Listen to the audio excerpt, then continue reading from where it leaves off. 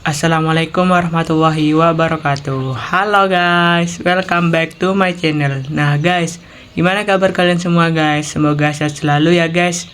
Nah guys, kali ini kita akan membahas tentang jurnal umum guys. Nah, untuk mempersingkat waktu, langsung aja kita ke materinya. Let's go.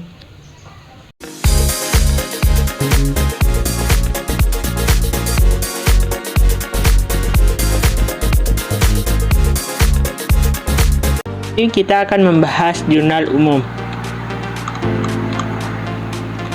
Apa itu jurnal umum? Jurnal umum adalah pencatatan semua transaksi dengan mekanisme debit dan kredit untuk dijadikan dasar dalam memahami sumber dan penggunaan aset yang dimiliki oleh perusahaan. Nah, yang selanjutnya yaitu penempatan debit dan kredit dalam jurnal umum. Penempatan debit dan kredit dalam setiap transaksi merupakan kunci utama dan sangat diperlukan dalam jurnal umum. Hal ini dikarenakan agar dapat memahami secara rinci dalam membuat jurnal umum. Adapun tahapan-tahapan yaitu sebagai berikut. Yang pertama yaitu setiap transaksi jenis aktiva jika bertambah ditempatkan pada sisi debit dan jika berkurang ditempatkan pada sisi kredit. Selanjutnya, yang kedua yaitu setiap transaksi jenis equity yaitu utang dan modal jika bertambah ditempatkan pada sisi kredit dan jika berkurang ditempatkan pada sisi debit. Nah, yang selanjutnya yaitu setiap transaksi jenis pendapatan jika bertambah ditempatkan pada sisi kredit dan jika berkurang ditempatkan pada sisi debit.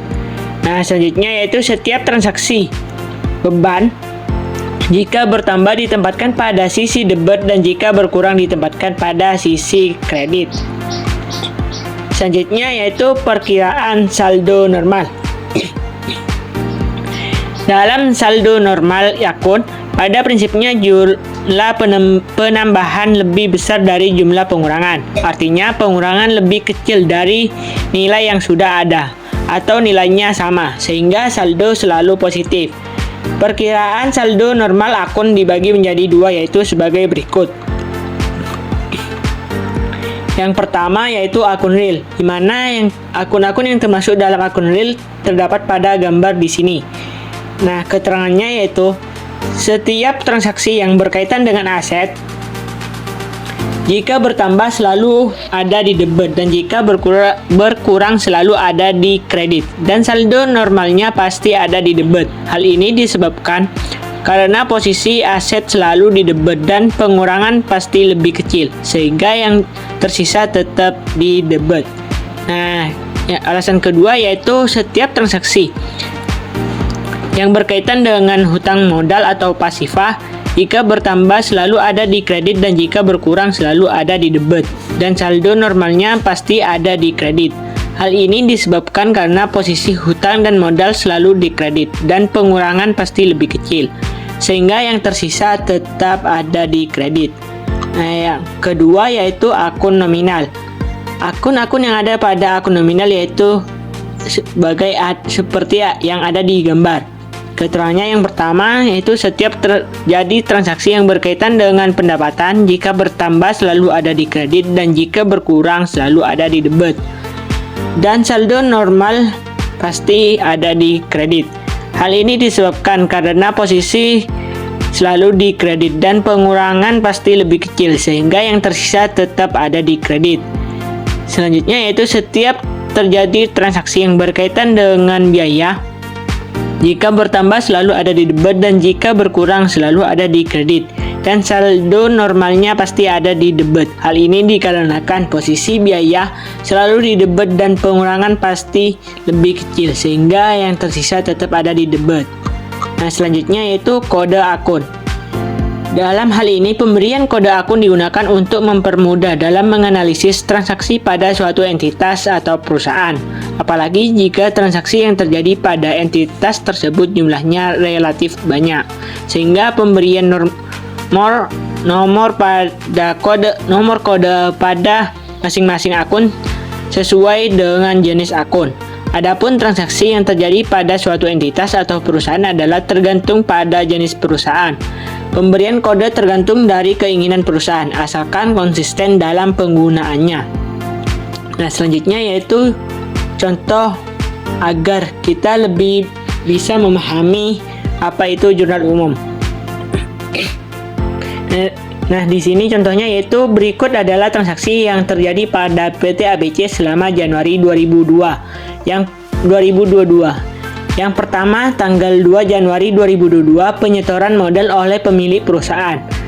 Itu sebesar 500 juta. Nah, untuk pemasukan ke jurnal umum yaitu sebagai berikut.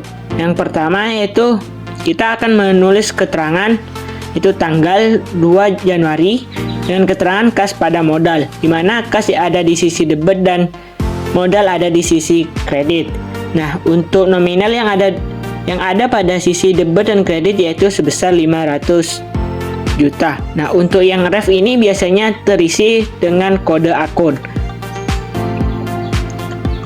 Nah, selanjutnya yaitu pada tanggal 8 Januari 2022 pembayaran sewa gedung untuk 4 tahun sebesar 40 juta.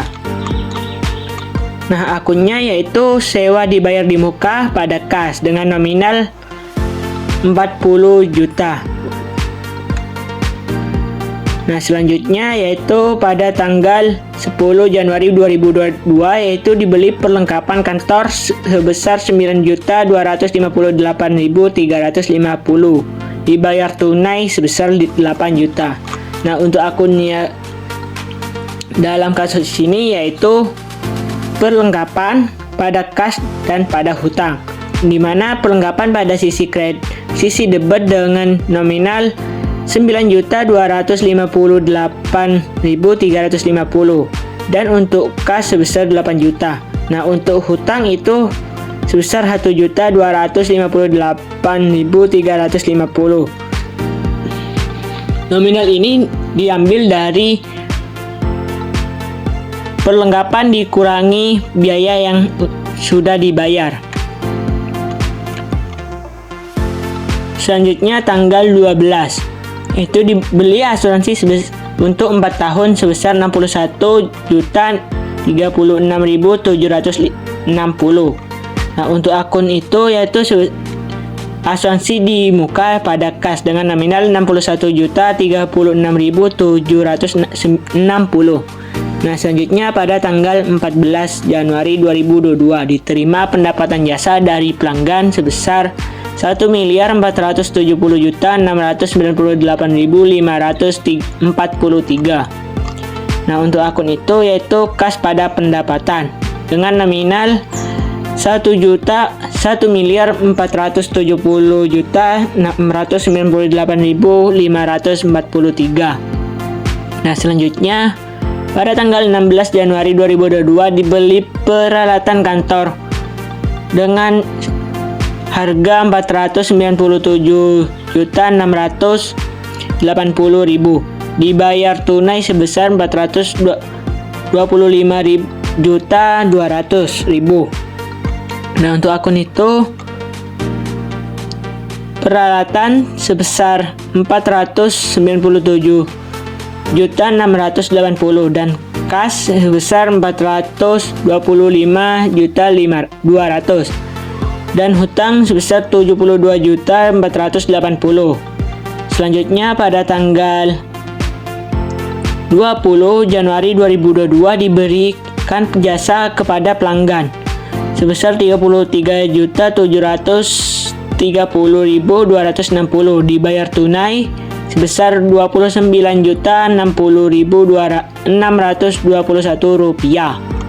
Nah, untuk akun itu yaitu kas piutang pada pendapatan, di mana kas yaitu sebesar 29.060.621, piutang yaitu sebesar 4.669.639 rupiah, dan pendapatan sebesar 33.730.260 rupiah.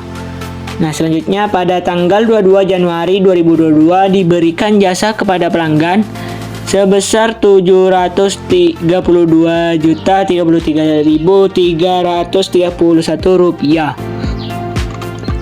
Nah, akunnya yaitu kas pada pendapatan dengan nominal 732.033.331 rupiah. Nah, selanjutnya pada tanggal 24 Januari 2022 dibayar biaya listrik itu sebesar 44.474.534 rupiah, dan telepon itu sebesar 24.211.000. Nah, untuk akun itu yaitu beban listrik atau bisa juga biaya listrik, beban telepon pada kas. Dengan nominal beban listrik yaitu 44.474.534 rupiah, dan beban telepon sebesar 24.211.000. Dan untuk kas yaitu 68.685.534 rupiah. Hasil ini diperoleh dari penjumlahan beban listrik dan beban telepon. Nah, selanjutnya yang terakhir tanggal 27 Januari 2022 dibayar biaya gaji sebesar 1.049.812.000. Nah, untuk akun itu yaitu beban gaji pada kas dengan nominal 1.049.812.000. Nah, begitu saja yang dapat saya sampaikan, kurang lebihnya mohon maaf. Wassalamualaikum warahmatullahi wabarakatuh.